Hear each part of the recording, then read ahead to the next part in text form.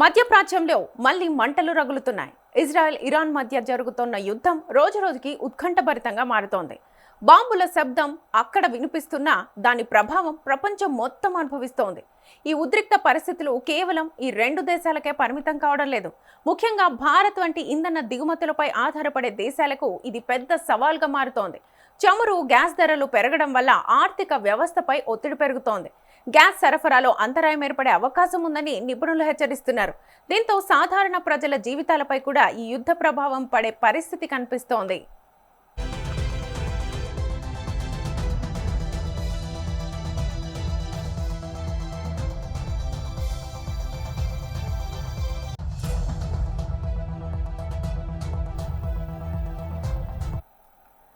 Israel Iran మధ్య యుద్ధం రోజురోజుకి మరింత తీవ్రంగా మారుతోంది. ఈ యుద్ధ ప్రభావం కేవలం ఆ రెండు దేశాలకు మాత్రమే పరిమితం కాలేదు. దేశవ్యాప్తంగా ఆర్థిక వ్యవస్థలపై దీని ప్రభావం కనిపిస్తోంది.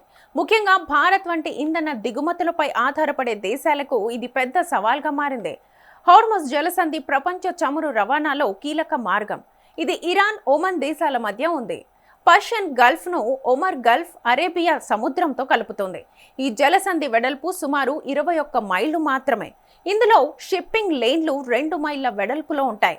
ఇరుకైన మార్గం అయినప్పటికీ ప్రపంచ చమురు సరఫరాలో సుమారు 20% ఇక్కడి నుంచే సాగుతుంది.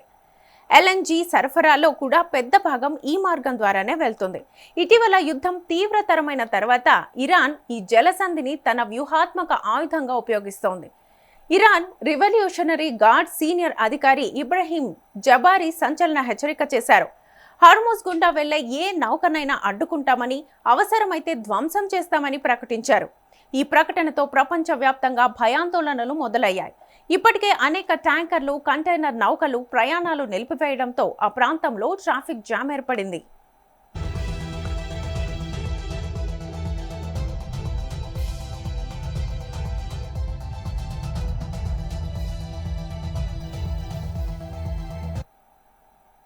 హార్ముజ్ జలసంధి గుండా ప్రధానంగా Saudi Arabia, Iraq, UAE, Kuwait, Qatar లాంటి దేశాల నుంచి చమురు, గ్యాస్ ప్రపంచానికి ఎగుమతి అవుతాయి. ఈ మార్గం మూసివేయబడితే ప్రపంచ మార్కెట్కు భారీ దెబ్బ తగులుతుంది. ఇప్పటికే ప్రపంచంలోని ప్రముఖ షిప్పింగ్ కంపెనీలు ఈ మార్గాన్ని తాత్కాలికంగా నిలిపేశాయి. మార్క్స్, ఎంఎస్సి, సిఎంఏ, సిజిఎం వంటి సంస్థలు తమ నౌకలను నిలిపివేశాయి. సుమారు 150కి పైగా ట్యాంకర్లు సముద్రంలోనే నిలిచిపోయినట్లుగా నివేదికలు చెబుతున్నాయి. కొన్ని ట్యాంకర్లు దాడులకు గురై నష్టపోయినట్లుగా సమాచారం. యుద్ధ ప్రమాదం పెరగడంతో ఇన్సూరెన్స్ కంపెనీలు కూడా రిస్క్ కవరేజీని తగ్గించాయి. ఫలితంగా రవాణా ఖర్చులు పెరిగాయి. ఈ పరిణామాలతో అంతర్జాతీయ మార్కెట్లో చమురు ధరలు భారీగా పెరిగాయి. కొందరు నిపుణులు బ్యారెల్ ధర $200 వరకు చేరవచ్చునని అంచనా వేస్తున్నారు. ఈ పరిణామాలు భారత్పై ప్రత్యక్ష ప్రభావం చూపుతున్నాయి. భారత్ తన చమురు అవసరాల్లో పెద్ద భాగాన్ని దిగుమతుల ద్వారానే తీర్చుకుంటుంది. ముఖ్యంగా ఎల్పీజీ అవసరాల్లో 80 నుంచి 85% వరకు గల్ఫ్ దేశాల నుంచి దిగుమతి అవుతుంది. ఎల్ఎన్జీ అవసరాల్లో 55 నుంచి 60% వరకు హార్ముజ్ మార్గం ద్వారానే వస్తుంది. ఈ సరఫరా వ్యవస్థలో అంతరాయం కలిగితే దేశంలో గ్యాస్ కొరత ఏర్పడే ప్రమాదం ఉంది.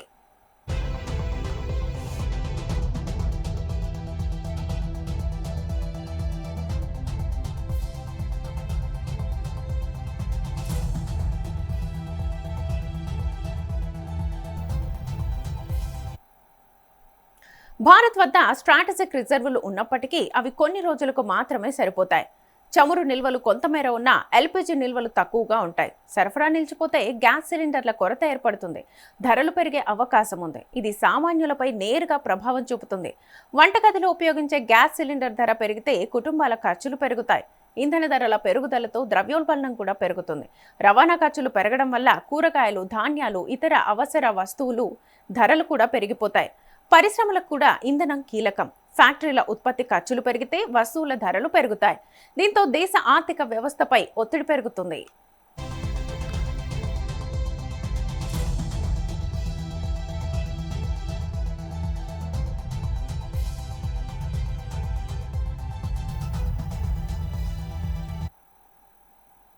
భారత ప్రభుత్వం ప్రత్యామ్నాయ మార్గాలను అన్వేషిస్తోంది. రష్యా నుంచి చమురు దిగుమతులు పెంచే ఆలోచనలో ఉంది. ఇతర దేశాలతో చర్చలు జరుపుతోంది. అవసరమైతే ఇంధన వినియోగంపై నియంత్రణలు, ఎల్పీజీ సరఫరాపై రేషనింగ్ విధించే అవకాశం ఉంది. అయితే ఇవి తాత్కాలిక పరిష్కారాలే. అమెరికా సెంట్రల్ కమాండ్ ప్రకారం హార్ముజ్ జలసంధి సాంకేతికంగా పూర్తిగా మూసివేయబడలేదు, కానీ ప్రాక్టికల్గా షిప్పింగ్ దాదాపుగా ఆగిపోయింది. యుద్ధం కొనసాగితే పరిస్థితి మరింత దిగజారే అవకాశం ఉంది. ప్రపంచ దేశాలు ఈ సంక్షోభాన్ని తగ్గించేందుకు ప్రయత్నిస్తున్నాయి. ఆసియా దేశాలు, ముఖ్యంగా భారత్, చైనా ఈ పరిస్థితితో ఎక్కువగా ప్రభావితమవుతాయి, ఎందుకంటే ఇవి భారీగా చమురు దిగుమతులపై ఆధారపడతాయి. యుద్ధం త్వరగా ముగియకపోతే ప్రపంచ ఆర్థిక వ్యవస్థ మందగమనంలోకి వెళ్లే ప్రమాదం ఉంది. మొత్తంగా చూస్తే హార్ముజ్ జలసంధి సంక్షోభం భారత్కు పెద్ద పరీక్షగా మారింది.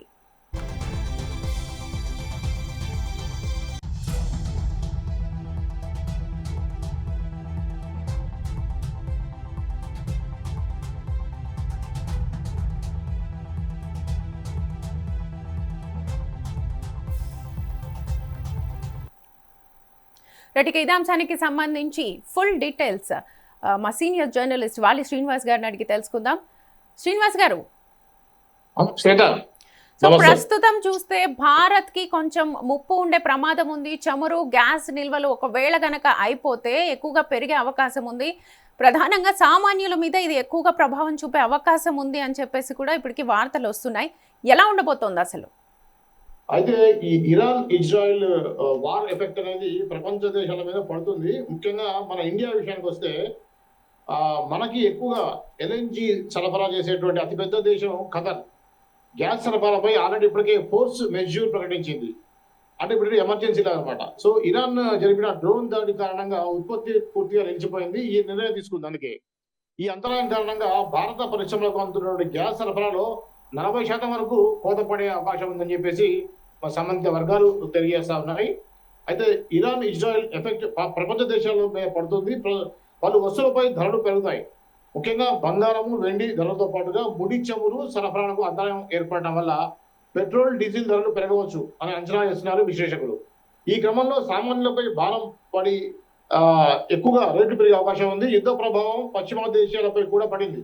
ముఖ్యంగా దుబాయ్, ఖతర్ లాంటి దేశాల్లో కూడా ఈ యొక్క యుద్ధ పరిస్థితులు ఉన్నటువంటి నేపథ్యంలో దీనివల్ల హర్ముజ్ జలసంధి గురించి ఆల్రెడీ మనం అనుకున్నాం. దీనివల్ల ఈ యొక్క ఈ జలమార్గం నుంచి కొద్దిగా ఇబ్బంది అయితే ఉంది. దానివల్ల ఎల్పిజి, ఎల్ఎన్జి సరఫరాకు అంతరాయం కలిగింది. ఈ ప్రభావంతో ఎగుమతులకు ఆటంకం కలుగుతుంది. ఆసియాలో గ్యాస్ సిలిండర్ ధర పెరుగుతుంది ఖచ్చితంగా. ఇది బిజినెస్ వర్గాలు అయితే ఇదే చెప్తున్నారు. యుద్ధం మరికొన్ని రోజులు కొనసాగితే గ్యాస్ ఖరీదైనదిగా మారేటువంటి అవకాశం అయితే ఉంది. శ్వేత, భారతదేశంలో అవసరాల కోసం ఏటా దిగుమతి చేసుకున్నటువంటి సుమారు 27 మిలియన్ టన్నుల ఎల్పిజిలో 40% మొత్తంగా ఖతర్ నుంచి వస్తుంది. విద్యుత్ ఉత్పాదకత, ఎరువుల తయారీ నుంచి సిఎన్జి పంపిణీ, వంట గ్యాసు నెట్వర్క్లకు వరకు వివిధ రంగాలకు ఈ గ్యాస్ అత్యంత కీలకం. మన ఇండియాలో ముఖ్యంగా ఏంటంటే వంట గ్యాసు నెట్వర్క్లకి వీటికి సంబంధించిన దాంట్లో ఎల్పిజి ఎక్కువగా వాడతారు. ఇజ్రాయెల్ దాడులకు ప్రతిచర్యగా ఇరాన్ గల్ఫ్ దేశాలపై నిరంతరంగా దాడులు చేస్తుంది. ఈ క్రమంలో ఖతర్ తన ఉత్పత్తిని పూర్తిగా ఆపేసింది. ఎల్పిజి సంబంధించిన ఉత్పత్తులు పూర్తిగా ఆపేసింది.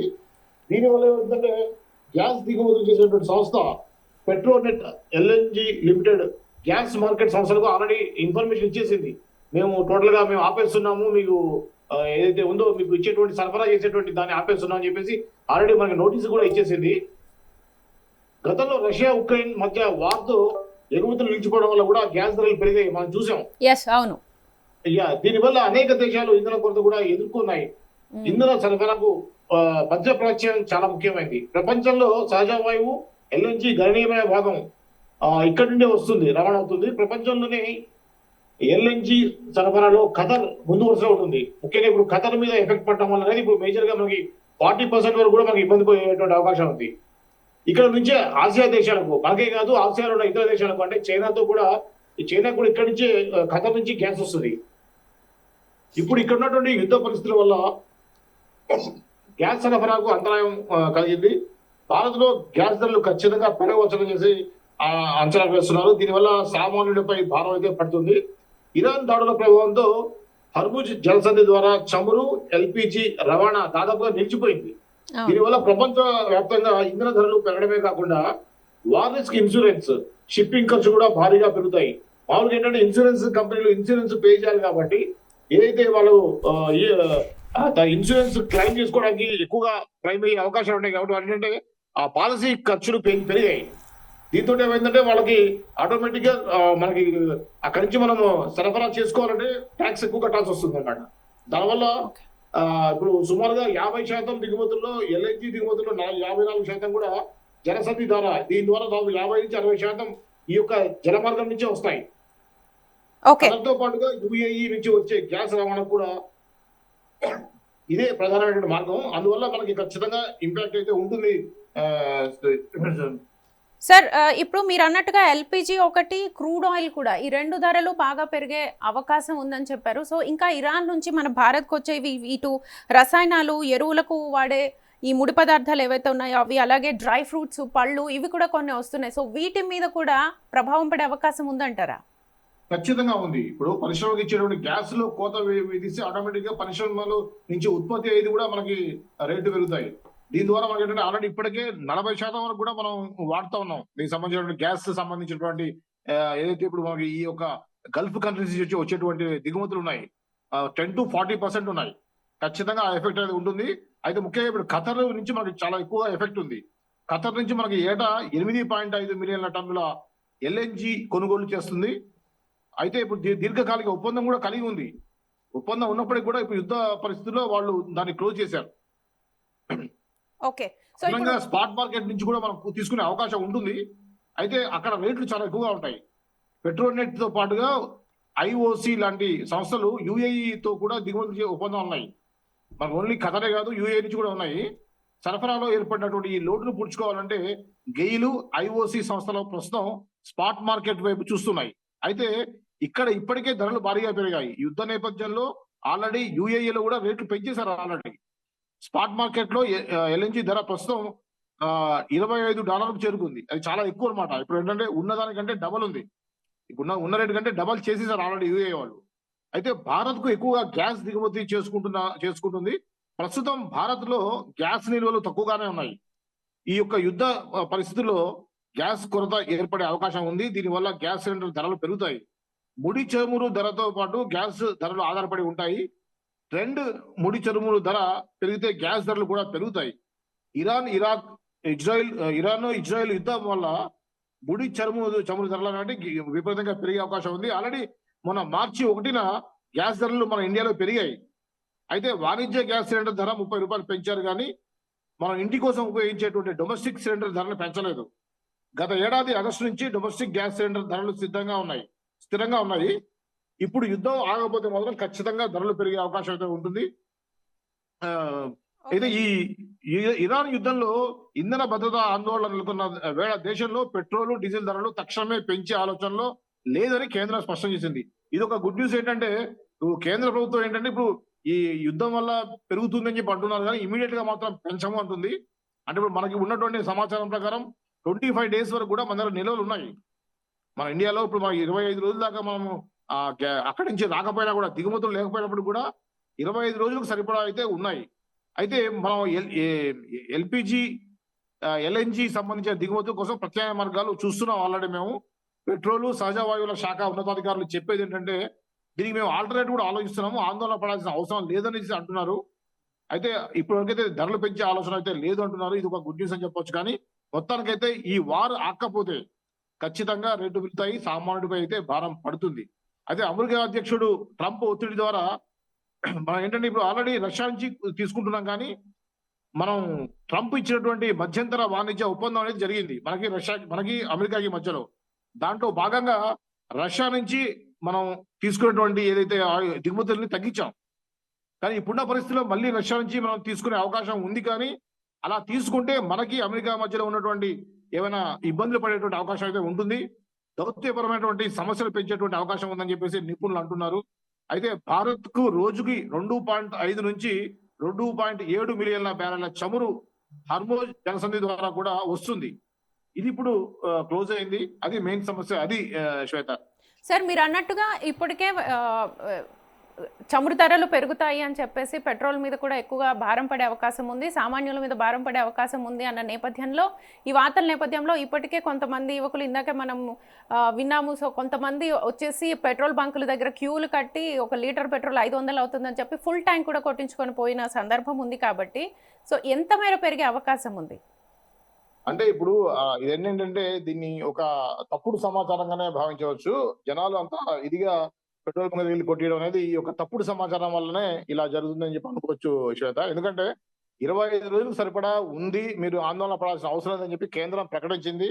అదీ కాకుండా కూడా 25 రోజుల తర్వాత ఈ లోపుగానే 1 వీక్ 10 డేస్ లోనే ఆల్టర్‌నేట్ మార్గాల ద్వారా పెట్రోల్ మేము దిగుమతి చేసుకునే విధంగా ఏ విధమైన మార్గాలున్నాయనేది చూస్తూ ఉన్నారు. కాకపోతే ఏంటంటే అంతా జనాలకు అనుకునే విధంగా 500 వరకు పెరిగే అవకాశం మాత్రం ఎట్టి పరిస్థితుల్లో ఉండదు. రూ. 10, రూ. 20 పెరిగే అవకాశం ఉంటుంది గానీ అంతగా పెరగదు. ఒకవేళ నిజానికి మన దిగుమతులు తగ్గినంత మాత్రంలో కేంద్ర ప్రభుత్వం వాళ్ళకు ఉండేటువంటి టాక్సెస్ తగ్గించినా సరే వినియోగదారుడికి తక్కువ రేటుకే ఇచ్చేటువంటి అవకాశం ఉంది గానీ జనాలు అనుకుంటున్నట్టుగా ఈ ఊహాగానాలు సరైనది కావు. ఖచ్చితంగా రూ. 10, మాక్సిమం రూ. 50 లోపే పెరగచ్చు. నిజంగా ఈ వార్ ఇలానే కంటిన్యూ అయితే కూడా మనకి ఆల్టర్‌నేట్ మార్గాలు ఉన్నాయి. కేంద్ర ప్రభుత్వం ఇప్పటికే స్పష్టం చేసింది. ఆందోళన పడాల్సిన అవసరం లేదని కూడా చెప్పింది. రైట్. రైట్. థాంక్యూ శ్రీనివాస్ గారు.